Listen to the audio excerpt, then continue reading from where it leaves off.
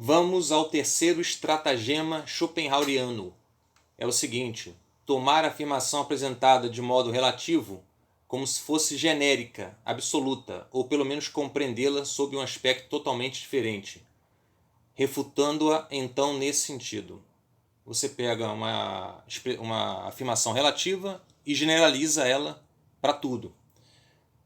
É como se fosse um subtipo do estratagema número 1, mas é relativamente diferente. A gente vai ver. Schopenhauer dá um exemplo de Aristóteles, em que Aristóteles diz o seguinte: o mouro é negro, porém tem dentes brancos. Portanto, é negro e ao mesmo tempo não negro. Esse é um exemplo inventado aí pelo Aristóteles. Vamos a um exemplo prático. Num diálogo sobre filosofia, admiti que meu sistema protege e louva os quietistas. Logo em seguida, a conversa recaiu sobre Hegel, e afirmei que a maior parte das coisas que ele escrevera não tem sentido, ou pelo menos que muitas passagens de seus escritos são tais que o autor coloca a palavra e é o leitor quem deve dar-lhes o sentido.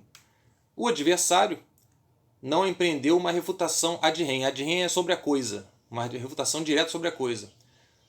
Contentou-se em apresentar o argumento ad hominem, o argumento direcionado ao homem, de que eu acabara de louvar os quietistas, e estes haviam igualmente escrito muita coisa sem sentido. Isso foi o que o adversário disse. No entanto, eu consenti a respeito, retificando, porém, que eu não louvo os quietistas como filósofos e escritores, ou seja, por suas produções teóricas, mas apenas como seres humanos, por suas ações, em sentido meramente prático. Quanto a Hegel, porém, estaríamos falando de produções teóricas. Desse modo, o ataque foi detido, ou seja, quando ele faz o ataque, você vai e volta a restringir novamente o que você disse, tá certo? Essa terceira estratagema é uma mudança do modo relativo para o absoluto, que é utilizada para generalizar o conteúdo de uma afirmação direcionada a um objeto. Vamos dar mais um exemplo aqui. Ignorando as condições de argumentação, deturpando o sentido proposto, ignorando as condições em que é feito, tomando a assertiva como absoluta. Você esquece daquele ambiente em que a assertiva está circunscrita e absolutiza. Vamos a um exemplo. Uma tese. Numa sociedade desigual, o Estado tem o dever de trabalhar para proporcionar a redistribuição de renda, como defende tradicionalmente o pensamento esquerdista. Os esquerdistas não compreendem corretamente o papel econômico do Estado. Refutação do argumento ad hominem.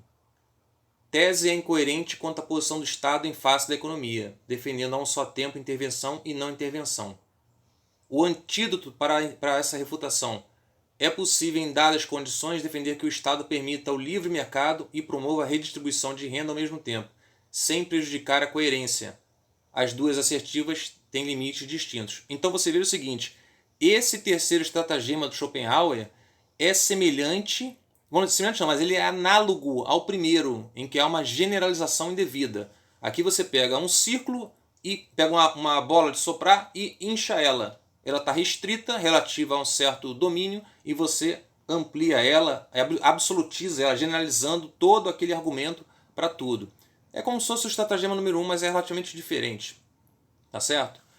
Se você teve alguma dúvida sobre esse estratagema, coloca aqui embaixo que a gente vai fazer a lista completinha de todos os estratagemas de Schopenhauer.